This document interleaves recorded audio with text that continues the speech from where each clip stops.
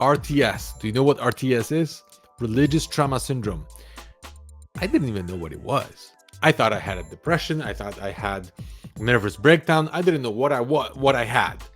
But when I went through all the symptoms and I discovered what religious trauma syndrome is, I realized I had every single syndrome and symptom on the list. And it's no joke. It's actually a very, very serious thing because it could actually cause somebody to kill themselves because you're losing everything. You're losing the sense of identity. You're losing your loved ones. You're losing a sense of purpose in life. You're losing your structure of social structure that you have. You're losing so many things, and you have no idea how to replace it. That's the scary part. For many people, it actually proven to be fatal when they said, you know what, I don't think I can live like this anymore. I don't think I can manage my life like this anymore. We're going to talk about how to recognize it and how to deal with it. Now, many people say, hey, what's the big deal? You don't want to go to church? You don't go to church. What a big deal. A lot of people don't understand what that is. And they're like, well, how can leaving a church can be traumatic? Many psychiatrists have no idea. Psychologists have no clue. They're like, what are you guys talking about? You don't like the church? Forget about it. Don't go. Many people quit their church. Not many people go anymore. What's the big deal? Well, it's a totally different situation when it comes to Jehovah's Witnesses or any high control religions or cults because your entire life and all your decisions and identity, who you are as a person, is connected with Jehovah's Witnesses. Plus, those who were raised in it and those who have a large family in it and their entire social network in it, it is extremely traumatic. And it's not like you slowly losing people who don't want to spend time with you because we have different values and different goals and we believe different things. No, no, no, no. We're talking about one day, one announcement, and you lose everything and everyone. It is absolutely traumatic for majority of people who left the religion or disassociated themselves or got this fellowship. Well, let's go through the list and see if you felt it, if you had it, if you experienced that kind of a symptom. So, number one, poor critical thinking skills. Did you have a hard time thinking critically? I know I did. It's not an easy thing to do. Second, difficulty making decisions. I remember my mind was like soup. People were coming and asking me questions, and I'm like, I I don't know. Ask me tomorrow. Maybe I'll feel better. It's just mind was like in a fog. Couldn't even know what the heck is going on with my mind because I couldn't put two and two together. It's like the whole structure collapsed, and I didn't know what is good, what is bad, what what's the purpose of doing anything. It's crazy. Three, decreasing sense of self-worth. It is one of the major problems for Jehovah's Witnesses because their entire self-worth was attached with the congregation because they felt good about themselves when people in authority, like elders, for example, complimented them on their work, on their efforts, right? Those affirmations of, you're doing great, brother, so and so, made them feel good about themselves. Without this, they don't know how to gain the self worth because it was all attached and dependent on the congregation. That's what we call codependency when it comes to your emotions. And it's actually very dangerous when you leave, people can't find themselves because they can't find their self-worth. Next one, difficulty building strong relationships. Of course, if they told you, okay, who you can associate with, who is a good association, who's a bad association, and everybody had a label. This person is a worldly person. This one is interested. This one is a unbaptized publisher. That one is your brother because he was baptized already. That person is a pioneer, or that person is an elder or ministerial servant or a circle of visitor. Everybody had a label, and people didn't know how to communicate with another person if they didn't know the label. To the point where they had to ask, is this person reinstated? Can I go and say hi to him? Like a little child asking a parent, can I go play with Johnny over here? And the mom says, no. Why not? Because I told you so. Same like witnesses. Can I go say hi with Mr. John Smith? No, he was not reinstated. Well, why not? Well, because we're telling you not to, not to. You can't.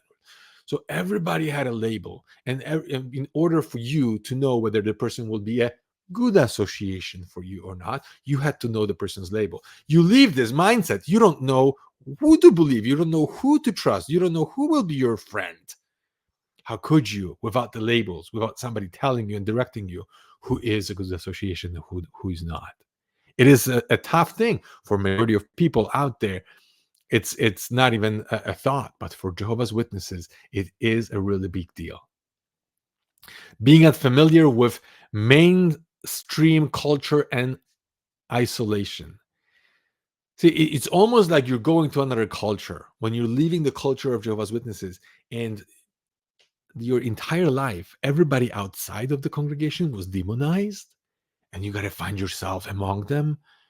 It's almost like you're going to another country that was called traders, right? Because if you leave Jehovah, if you leave the organization, then you are a traitor, and you got to find yourself among these people, and maybe you don't have anything in common with them because they have a different path. They're just not resonating with you because they're talking about different things. They believe different things, and you don't know where you belong because you used to belong with people who are always like you. And in order for you to feel good among a certain group of people, you feel like you got to agree with them 100%, because that's what witnesses did. They had to agree on all the doctrines. There was no room for you think differently and I think differently. You believe in 1914 and I don't. You want to celebrate Christmas, or you want to celebrate birthdays and I don't want to do that. There was no room for any deviation, with the one exception of blood fractions. That's the only place where they allowed Jehovah's Witnesses to think for themselves. And they said, it is your decision what you do. Everything else is spelled out for them. So when they leave and they're trying to find themselves in other groups or other people, and they're like, well, I don't even know if I can disagree with them. Can I have my own opinion? Can I have my own voice? What if I say no to people? What's going to happen? I've been a people pleaser all my life. What's going to happen if I say no? And it's tough. They can't find themselves, and they isolate themselves from others because they think that's the only way they can survive, out of fear. It's not simple. It is traumatic. And those are one of the symptoms. Struggling with fitting in and belonging. You don't have a place. They told you, where are you going to go? What's better out there? We are the true religion. We are the best. We have the truth. We have the best Bible. We have the best understanding. We have the best religion, the best God, the best, the best, the best. Everything else belongs to Satan. Everything else is wrong. Everything else is demonic. Where are you going to find yourself? And now you feel like you don't belong anywhere. That's really tough for many. Nightmares. Oh, see, the amount of fear that was installed in an average witness. If you leave the congregation, Armageddon is just around the corner. Satan is like a roaring lion, is about to devour somebody who is leaving, and you're leaving, you're the sheep. He's going to devour you. I actually had those nightmares when I heard a voice. I heard a roaring lion just going around me, and it was about to eat me alive. And I was just looking over my shoulder and I couldn't see him. And I was running and I'm like, oh, he's chasing me. And I would wake up covered with sweat. Nightmares. Even when during the day I was completely fine with it, I was completely done with the religion, the nightmares kept coming back because of that trauma. There is a way of getting rid of it, but for many people, believe me, decade later, they still have them, and they still triggered by seeing a Kingdom Hall, by seeing Jehovah's Witness standing on a corner of a street with the cart, and they're like, they see them, they get nervous, they try to forget about it, they go home, they go to sleep, and the nightmare comes in, right? Because they never dealt with the roots of the problem, which is not an easy thing to do. Sleeping issues, right? I would wake up at 3, 4 o'clock in the morning, couldn't sleep, tossing and turning because my mind couldn't stop. It was just in a constant circle, repeating the same thing over and over and over again. I couldn't break through it. It was really tough. I remember those nights. It was not easy. Eating issues. Many people experience depression. They don't have an appetite. I felt the same way. I'm like, things that brought me joy, simple things like eating, Even though I was eating, I didn't have joy of eating. It was like I was forcing myself to eat. Sexual dysfunction. Many people have the same challenge. If they're so stressed, right, they can't perform in the bedroom, and it's really tough. Many marriages, what happens is one person wakes up, the other one doesn't, and the separation between those two causes a lot of families to break. But even if they don't break, even if they stay together, many of them are sleeping in two different bedrooms, or they're sleeping 6 inches apart and might as well be 6 million miles apart, right? Because they just they can't break through that moment of, you know what, it's okay, right? It's okay that we don't believe the same thing. We can still be together. For many, it's impossible, right? Too much stress. Depression symptoms. Many people feel like it's hopeless. Hopelessness, learned hopelessness causes people to be depressed. They believe their life should be better than this, and it's not. And this is why they're depressed, because we were promised to be the happiest people. We were promised to be in the best religion, and we were promised to have the truth. And when we realized, oh, you know what? I don't have the truth. I am not the happy one. And a lot of stuff is wrong. And a lot of things that I believe it was right is wrong. And I can't find myself. And I'm losing everybody. And everybody who claimed to be my friend, my family, the people who love me, spiritual family, they're all turning away from me simply because I said, this doesn't make sense to me. It is a cause for depression for many people. And many witnesses were already depressed. And when that happens, it creates totally a different level of depression. And some people can't get out of it, sometimes decades later, right? It's really tough. Grief, symptoms of grief. When somebody dies, it's actually easier. It's easier to get over that pain of loss, because although we don't want them to die, we miss them and we want them to be in our life.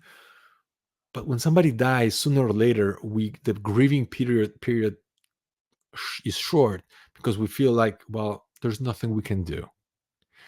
But when somebody rejects you, that rejection can cause 100 times worse of a pain than if the person actually died, because we're separated. That separation is what causes us to feel grief, because we feel we lost, but we didn't lose it due to natural causes. We lost it because somebody chose not to associate with us. Or worse yet, they love us and they care about us. I know my family loves me and my family cares about me, but they don't want to see me. And they're suffering because of it as well, because of the indoctrination. It's There's pain on both sides, but I had to grieve. I had to say, you know what? I love them. I care about them. They don't want to be around me. I had to grieve for a period of time and let go of it. It's not easy. Loneliness. Many people are lonely. They're like, oh, yes, finally I'm free. And then, like, euphoric. I wrote the letter of disassociation and I don't want to be a Jehovah's Witness and I'm done with it. And I can be whoever I want to be. And very quickly they realize, oh, nobody likes me. Nobody wants me. I am far behind everybody else. All my peers, even from my high school, whatever, they are so much more advanced in life. And maybe I gave so much into this organization. I don't have a family. I don't have career. I don't have education. All what I was doing is maybe I was pioneering and part-time washing windows. And now I don't have friends. I don't have um, my job. I don't have career. And nobody wants me. Everybody already has a friend, and I'm lonely. I'm free, but I'm miserable. I'm free, but I don't belong anywhere. I'm free, but nobody loves me. And loneliness kicks in, and it's not easy to overcome. It's part of the trauma. Maybe you experience that too. Maybe you're experiencing it now. It's not easy to overcome loneliness, especially because when people moved from one location to another as a witness, all what you had to do is join the congregation there, and boom, you're going to have friends very quickly, because you had so much in common with these people that they knew 80% of your life and you knew 80% of their life, right? You knew exactly what these people were doing on Tuesday night, on Thursday night, on Saturday morning, on Sunday afternoon. You knew the books they were reading. You knew what they believed in. You knew what their purpose in life was for them. And it was very easy to get friends because people like each other when they're like each other. Commonality brings people. And when you knew so much about witnesses, when you moved from one location to another, boom, you got friends almost instantly. But now when you left this, it's like, how do I find friends? Who's gonna like me? And I'm miserable right now. Maybe I'm going through a depression. Who's gonna like a person who's depressed? Who's gonna like a person who's angry all the time and agitated and experiencing trauma? Who likes a person like that? Nobody in the long term, that's for sure. So it's really tough when it comes to loneliness. And the last one, but not least, a loss of identity. You feel like you have lost identity because you knew exactly who you were as a witness. It was spelled out to you. You were one of Jehovah's Witnesses and you were witnessing about Jehovah all the time. And because you had the identity with you, in you, you knew how to make decisions. It was easy, even as a child. I am a Jehovah's Witness. I'm not standing up for national anthem. I am a Jehovah's Witness. I'm not going to draw a Christmas tree. I am a Jehovah's Witness. I'm not going to eat a birthday cake. That was easy to make those decisions because you knew who you were, who you represented, and the rules were spelled out to you. What's good, what's bad, what's moral, what's immoral. But now that you left, what kind of identity do you have? What kind of values do you represent? What kind of clear cut goal you have in life? What is your purpose in life? You don't have those answers, do you? It's not so easy. It was somebody's life that they they gave you, somebody else's path that they told you to do. And now when you're on your own path and you got to choose your identity. You got to choose your personality because they told you, oh, you know what? You got to give up your old personality and put on a new personality. And the personality was very clear cut who you have to be and who you cannot be. But guess what? Now that you're on your own path, you got to choose your own values, your own beliefs, your own personality, who you want to be as a person. What is the most important thing for you? And it's not easy to rebuild because it's like, feel I compare it to living in somebody else's house. When you're renting, right? The landlord is telling you what you can and cannot do because it's his house. He says, okay, you can paint if you want, but no dark colors. You cannot demolish any walls. You cannot build anything addition to this place. They will tell you what you can and cannot do. But when you're building your own house, you design it the way you want it. You want a wall over here? Great. You want to have a 8-foot ceiling or a 10-foot ceiling? Great. It's up to you. But it takes a lot more effort and a lot more time, a lot more money to build your own house than to rent somebody else's. When you are a witness, it didn't take much effort to build your own personality and identity because it was given to you. Like, this is who you are, and this is who you're going to be, and this is how you're going to behave, and those are your values, and those are your beliefs, and voila, you're representing God now. Right? And it was easy. We knew who we were. But when you lose that identity, you're going to have to rebuild it from scratch. Right? You got to start with foundations. What is the most important to you? Who you are as a person? How do you identify yourself? If you have to put it on the paper, what is the definition of you? What do you stand for? You never had to face those questions before because you know what? Those questions were answered. And now, during the process of waking up, you're like, holy crap, I don't have those answers. So you take one step at a time.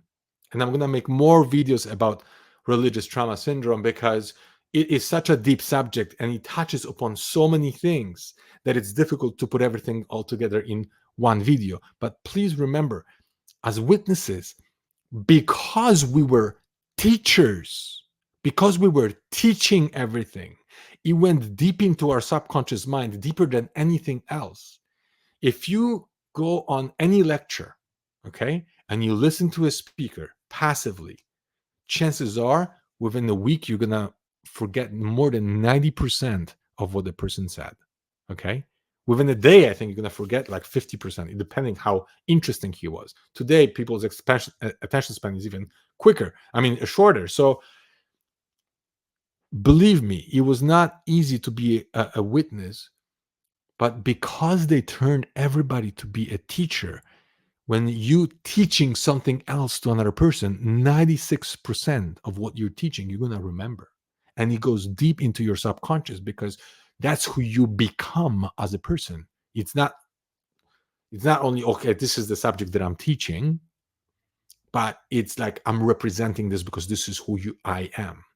And all my decisions are based on who I am and whether this decision is aligned with my values and my identity. It is deep. And waking up from it, it's tough. This is why we call it a trauma, because it is traumatic, because everything in your life changes, sometimes in a matter of 5 seconds, because that's how long it takes for them to say, brother so and so is no longer a Jehovah's Witness. That's it. 5 seconds later, all your life is in shambles. And there's nothing you can do about it except starting rebuilding from scratch.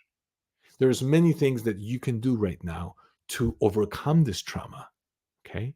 But if you were raised in this kind of environment, when you felt like, okay, this is my purpose, this is where I belong, this is where I'm gonna survive, and if I leave, I'm gonna die. If I leave, the Armageddon is just around the corner. If I leave, I'm a traitor. If I leave, God sees me 24/7. He's watching me. If I leave, I'm this sheep, and Satan will devour me as a sheep.